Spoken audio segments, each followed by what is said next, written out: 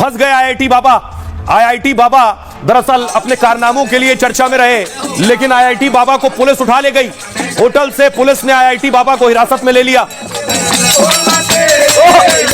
दरअसल आईआईटी बाबा के पास से गांजा बरामद हुआ था।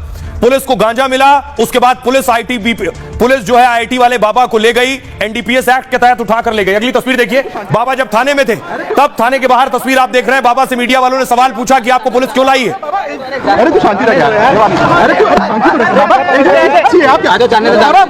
बाबा के कारनामे वारे न्यारे हैं। देखिए जरा, पुलिस थाने जब लेकर पहुंची पुलिस, तो बाबा क्या कह रहे हैं, उन पर क्या आरोप था ये देख रहे हैं। पुलिस ने सवाल जवाब पूछने शुरू किए थाने में। आईआईटी बाबा ने सोशल मीडिया पर दरअसल एक पोस्ट किया था। इस पोस्ट में उन्होंने आत्महत्या करने की धमकी दी थी कि मैं आत्महत्या करने जा रहा हूं, लेकिन एक फॉलोअर ने, उनके समर्थक ने इसकी सूचना फौरन पुलिस को दे दी थी कि बाबा आत्महत्या करने वाले। कंट्रोल रूम को बताया बाबा सुसाइड करने वाले, और वो इस समय जयपुर के होटल में ठहरे हुए हैं। इसी इनपुट पर जयपुर पुलिस ने उन्हें बचाने फौरन होटल पहुंच गई कि बाबा को बचा लिया जाए। लेकिन पुलिस को देखकर बाबा अलग अलग हरकतें करने लगे, अजीब अजीब। सुसाइड पर सवाल पूछा तो बाबा बोले मैंने तो गांजा ले लिया है। इसके साथ ही उन्होंने पुलिस को गांजे की पुड़िया भी दिखा दी। कानून के तहत गांजा इस्तेमाल करना, बेचना अपराध है, इसलिए जयपुर पुलिस ने आईआईटी बाबा को हिरासत में लिया है।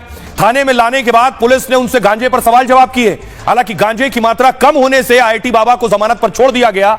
एनडीपीएस एक्ट में बरामद गांजे के आधार पर सजा का प्रावधान है। 1 किलो से कम गांजा की बरामदगी कम मात्रा माना जाता है।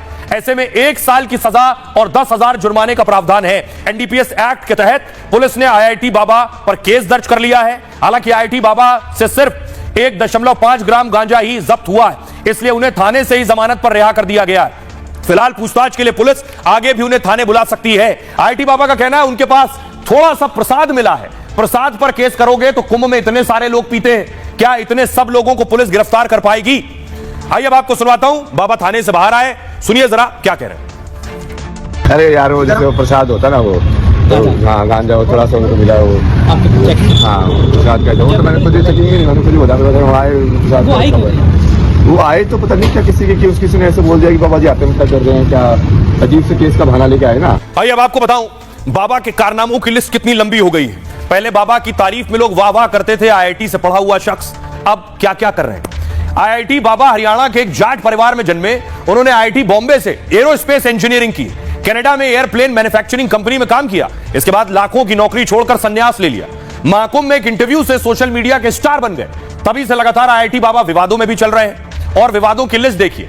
अखाड़े से बाहर कर दिए गए। जूना अखाड़े से जुड़कर ही आईआईटी बाबा महाकुंभ पहुंचे, लेकिन वहां कैमरे पर गुरु को लेकर ही विवादित बयान देने लगे। इस पर उन्हें जूना अखाड़े ने बाहर निकाल दिया।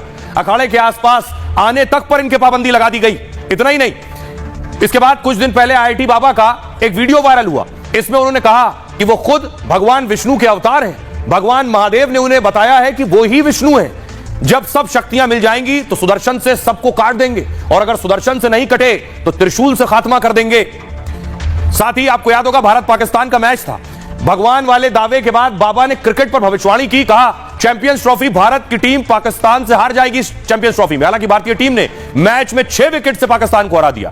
फिर इस पर आईआईटी बाबा सोशल मीडिया पर जमकर ट्रोल भी हुए, और कार्यक्रम में भी मारपीट हो गई। क्रिकेट भविष्यवाणी के बाद उन्होंने कार्यक्रम में मारपीट की और डिबेट के दौरान दूसरे लोगों के साथ बदसलूकी करने लगे। इसके बाद फिर कार्रवाई के लिए थाने के सामने धरना दे दिया। इस विवाद को लेकर भी आईआईटी बाबा जमकर वायरल हुए थे, इसलिए आईआईटी बाबा सुर्खियों में। अब जरा सुनिए